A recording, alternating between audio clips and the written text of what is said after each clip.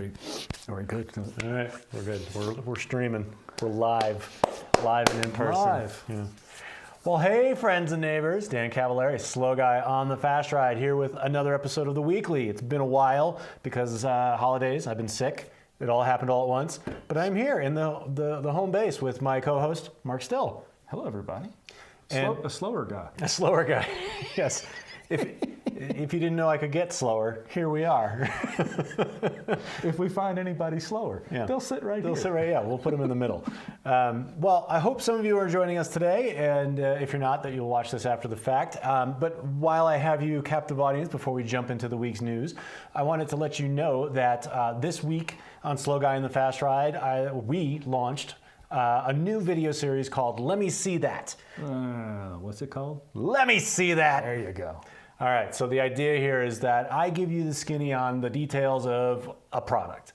And you, the viewers, will tell me if you think it warrants a review. So you go to that video, you give it a thumbs up, you get to 100 thumbs ups, I'll do an independent review. No brand input whatsoever, just me and my opinion. And everybody wants me and my opinion, right? Yeah, why don't they? Also this week, on Slow Guy and the Fast Ride, a wonderful podcast episode with Michael Pride, founder of Chapter 2 Bikes, and Mike Yakubowicz, who is the founder of the up-and-coming Bridge Bike Works, which will be launching in 2022. I hope you guys will go and subscribe to the Slow Guy and the Fast Ride podcast. Lots of fascinating guests coming up, and I don't want you to miss it. So you can go to slowguyandthefastride.com and find everything you need there to sign up for the podcast, to find videos, to see new articles that I'll be pushing out. And just one more thing to mention, because everybody's been asking me about it. Supply chain issues. Yeah, it's still a thing, and it's still gonna be a thing for a while. If you want to learn more about it, I also host the Rouleur Magazine Tech Podcast. And this week I spoke with Daniel Woodcock, a logistics expert, and Harrison Macris, the founder of Princeton Carbon Works, to talk about not only what's causing the supply chain issues and how they'll get fixed, but also what brands are doing to overcome these challenges. Now, I'm going to go listen to that podcast, obviously. I'm curious, though, are they talking about, because somebody like Princeton has got skin in the game from a final product standpoint? Are they talking about that, or are they still talking about raw materials and those pieces? It's a little bit of both.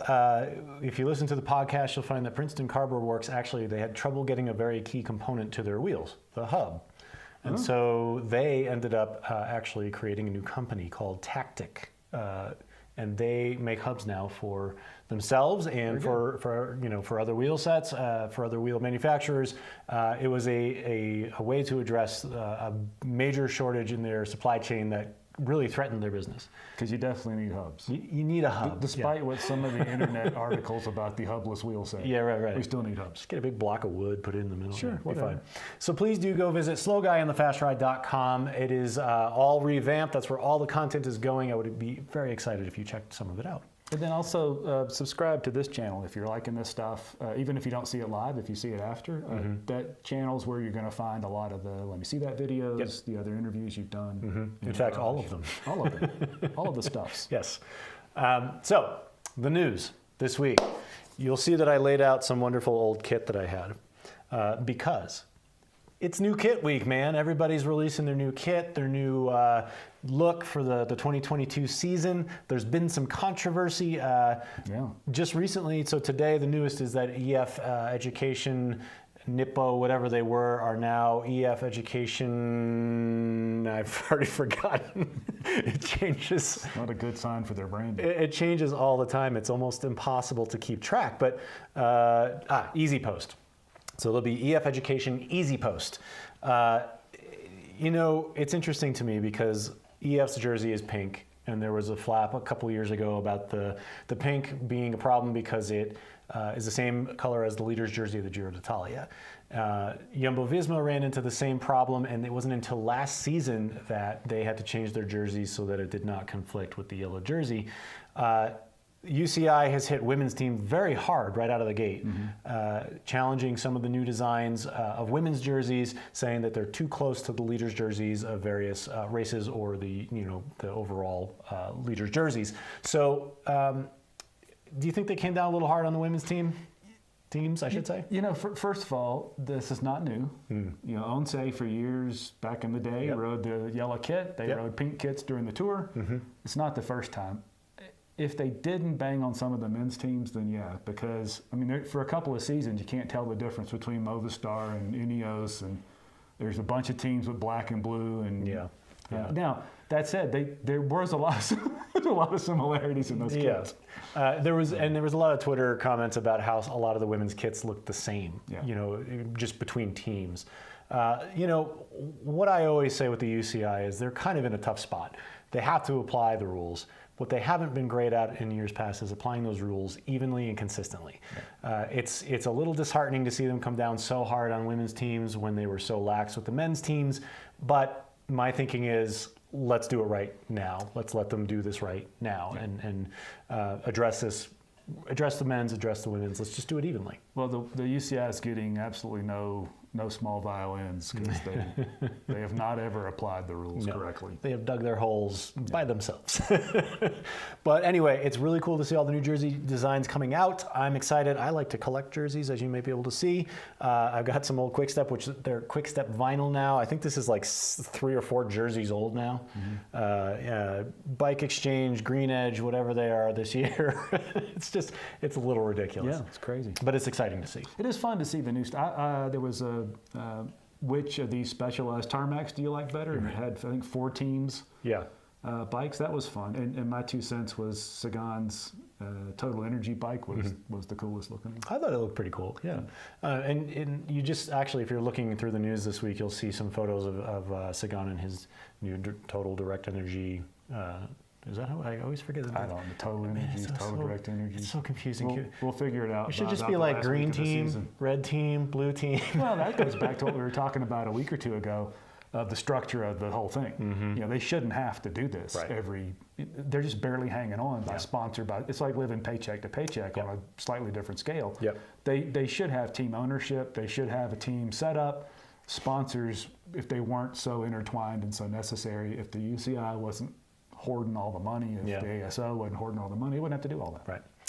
Moving on, so one of the big stars in the Peloton is having a rough time, had a really rough season in 2021. Alexander Kristoff, Cycling News is reporting that, by Laura Wieslow, by the way, the Kristoff is considering retirement if his results don't come this year.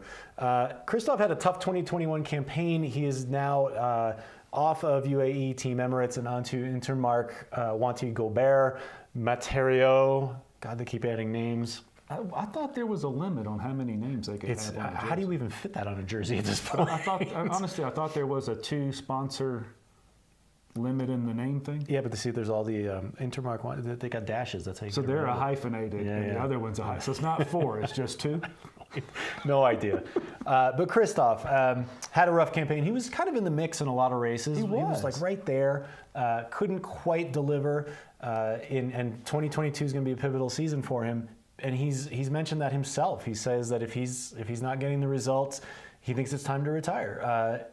That's sort of one of the things that pros face, where it's like, do I go out on top, or do I keep fighting? And I think there's case to be made for both of those. I mean, we've seen Mark Cavendish.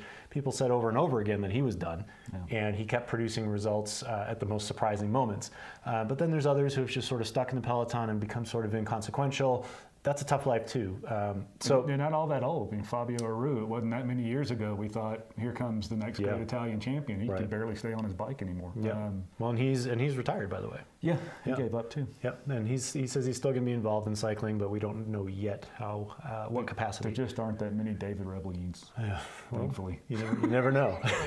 Was he 46? Yeah, 45, somewhere around there. One more contract year? Yeah, but to me, Kristoff's one of my favorites. I like Kristoff a lot. He works hard. He's been through a lot of adversity, and he tends to deliver at the most the craziest times. Like he doesn't give up. Yeah. So I hope, for his sake, I hope 2022 is a better campaign. I'd still like to see him stick around for a bit. The Peloton's changing. He's a big man sprinter, and the Peloton really does not lend itself to his skill set anymore. He's evolved though. Yeah, he's gotten a little classic-y. For sure. I mean, he won Paris-Roubaix. I mean, don't count him out. So my takeaway is, man, I hope he has a good 2022 campaign. Agreed. I'd like to see him stick at it for another year or two.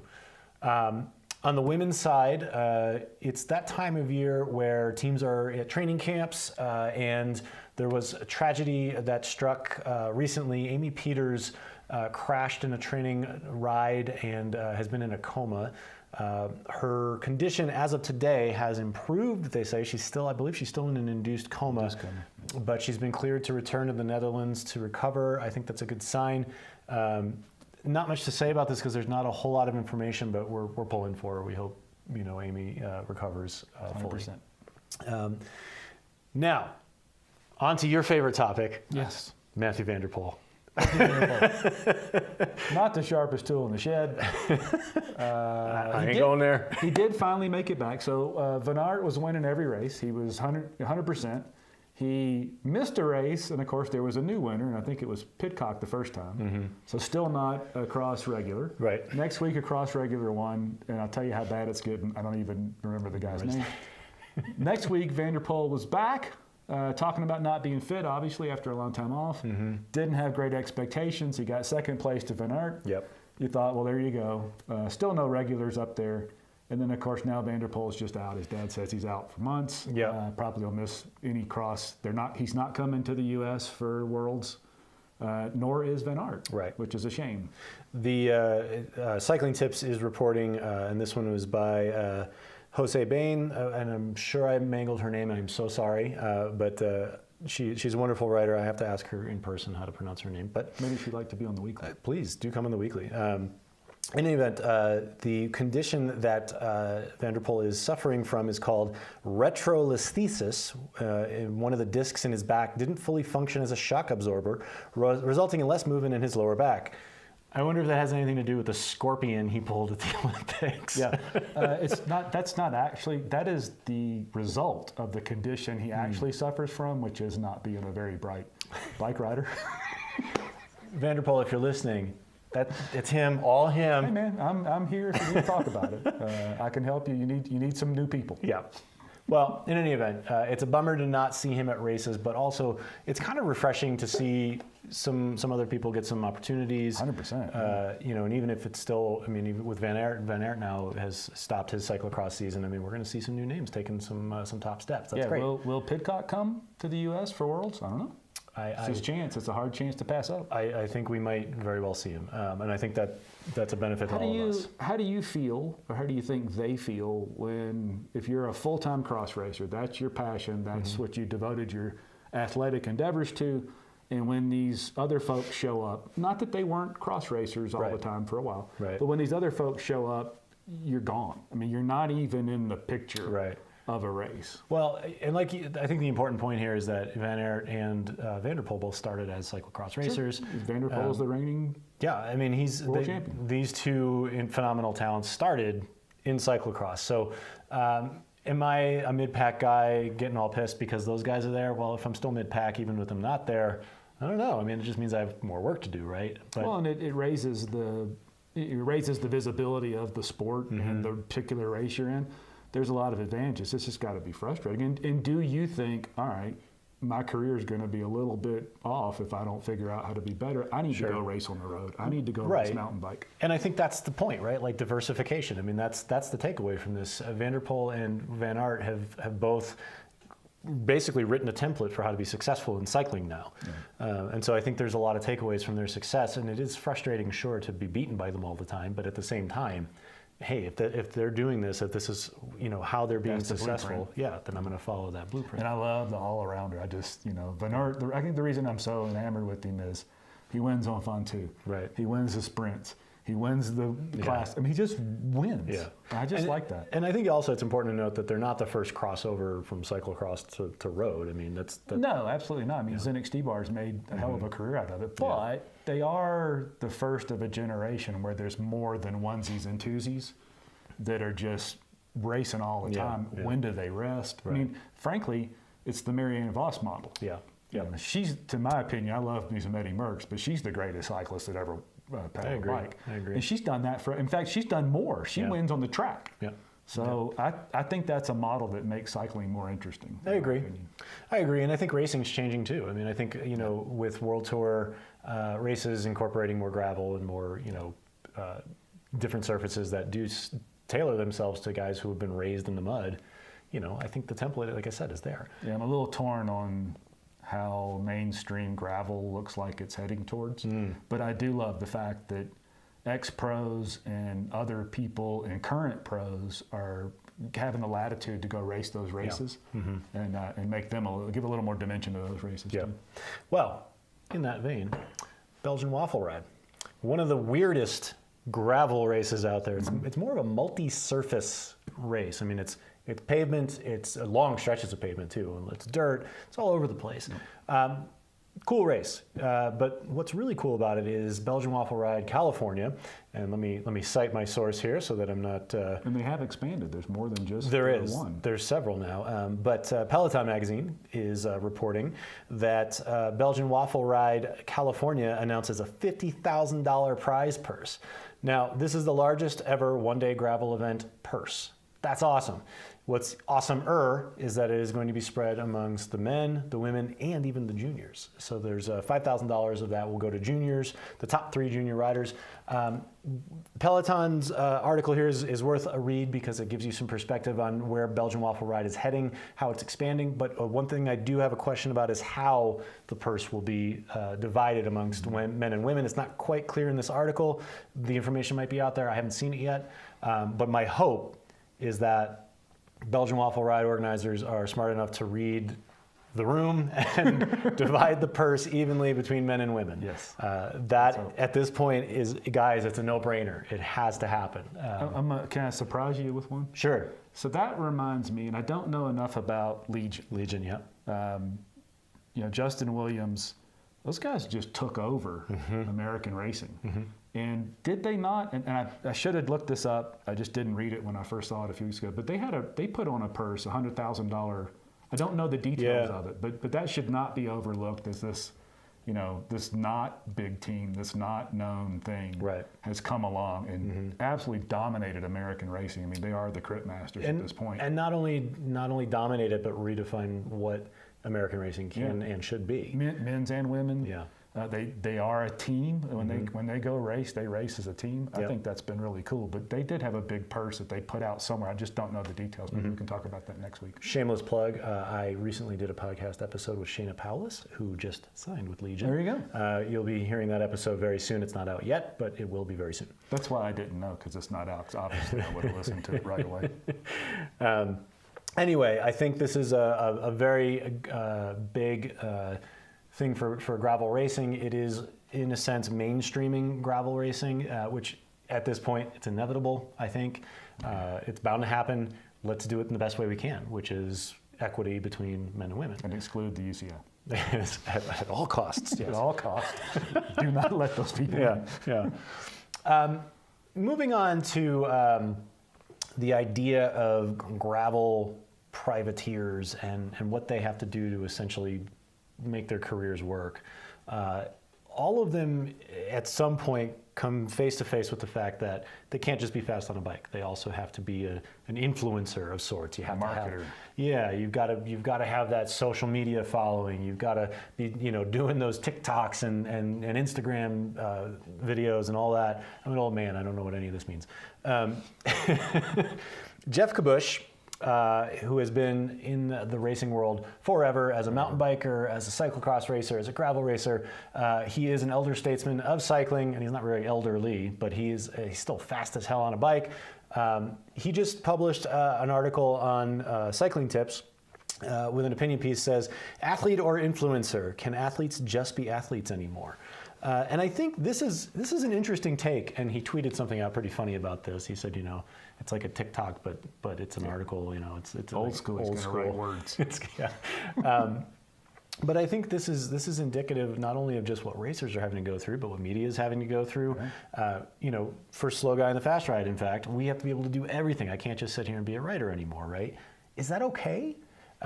Do these young athletes who are gifted and talented as racers have to be influencers as well and be masters of social media? Well, first of all, no, they don't.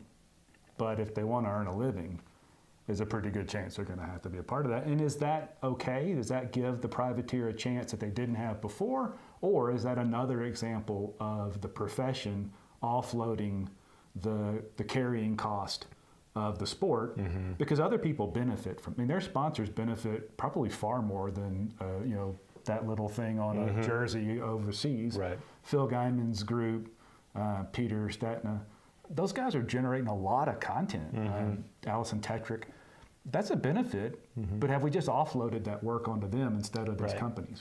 Right, and to be clear, I mean, athletic sponsorships, they're not new. No. I mean, there's always been baseball players and commercials and things like that on TV. I don't think they're working quite as hard as these cats are. No, not at all.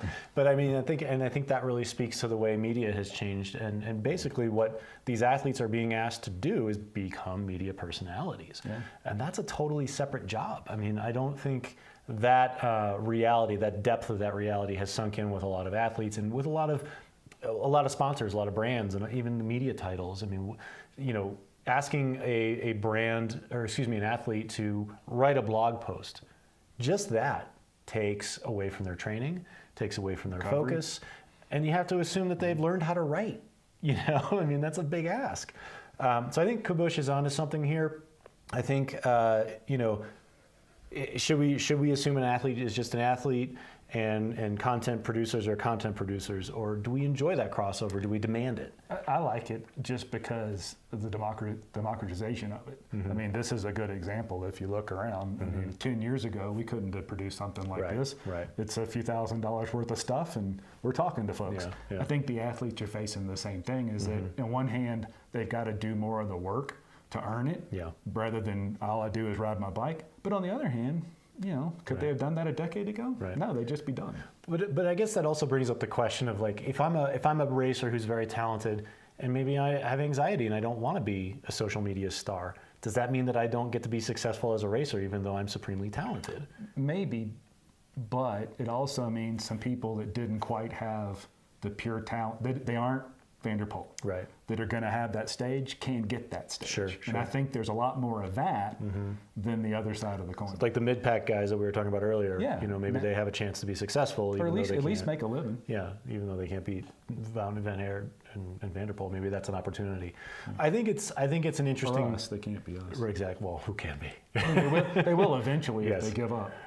Sadly, I have not been able to read Kabush's article because it is behind a paywall, and I will never have a paywall on Slow Guy in the Fast Ride. You can guarantee that, because I want you to read my things. So I will read this as soon as I can, as soon as it's out from behind a paywall, or if Jeff, if you're listening, if you want to just send it to me so I can read it, or if you want to come on the weekly, I'd love to have you. But I think there's really two sides to this coin that are equally valid. I understand the frustration of having to wear too many hats. Yes. And I think that is the big worry that I think Kabush has, and reasonably so. But it also does open doors for people who may not have other opportunities. So where do you guys land on this? I want to hear from you guys. Let us know. You can message us right now if you want. We're right here, live streaming. But if you are not watching the live stream, shame on you. But you can reach out to me at Slow Guy Fast Ride on Twitter, or at Slow Guy in the Fast Ride on Instagram. We're not done. I just wanted to let you guys know how to get in touch with me. Okay, one last thing. There has been a media shakeup this week. More, as if we needed more. Well, maybe we do. Maybe we do. It's happening. Yeah, it's happening for better or worse. VeloNews and Peloton, it seems, are merging. Cycling Tips is also somehow thrown into that mix, but I don't quite understand how that works. For those of you who don't know, all three of those titles are under the umbrella of Outside, which was bought by what is now called Outside as a company. Before that, it was called Pocket Outdoor Media. It has all been conglomerated under one umbrella. Those three titles are now sort of one. Peloton and VeloNews, I think, are one. The VeloNews print magazine is gone. I don't really understand how it works. Probably some more paywalls coming. Probably, and not knocking them. I'm just saying that this is happening. Concurrently with that, Outside employees, I believe it's just for Outside Magazine, not the entire company, have unionized. And whatever your opinion is, I want to make it clear that I support that personally. And I'm hoping that the union and the company itself can come to a conclusion and an agreement where the writers are paid fairly, the editors are paid fairly, everybody has a seat at the table. Slow Guy in the Fast Ride, I always support writers, and I hope that a lot of the people at Outside who I know and respect can come to an agreement that this all works out. I'm actually a little bit excited to see the writers and editors unionizing, because I think that means there is the next step coming in what media is going to be in the near future.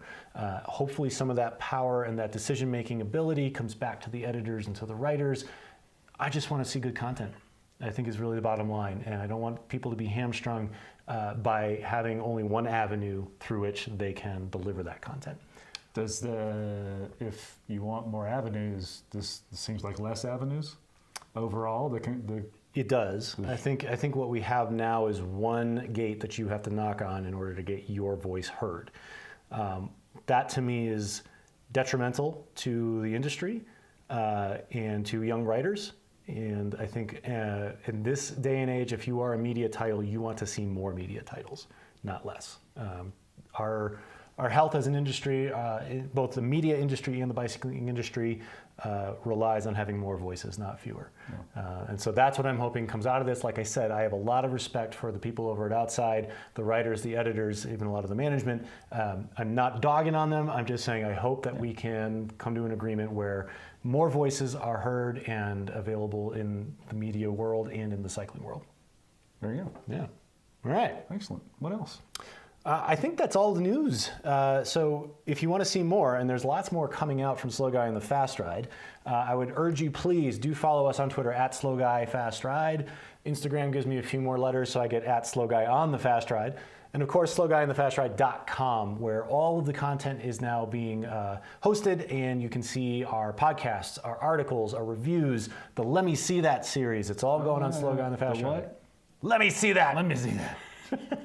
Ridiculous. We're ridiculous. It's awesome. I know. I do. I like it. Mark, anything else before we go? No, this is fun. Do subscribe to the channel. That way you get a little notice when these live things start. And if you miss the lives, they're always up on YouTube as recorded videos. Watch them. You can still comment. We'll still see it, or Dan will still see it. And let us know what you want to hear. Cheers, everybody. Let's see you next week. Don't forget, Fridays, 2-ish. 2-ish. 2-ish to 2-ish. Yeah, ish. Ish. Mountain Standard Time. We're in Colorado. There you go. We'll see you next week.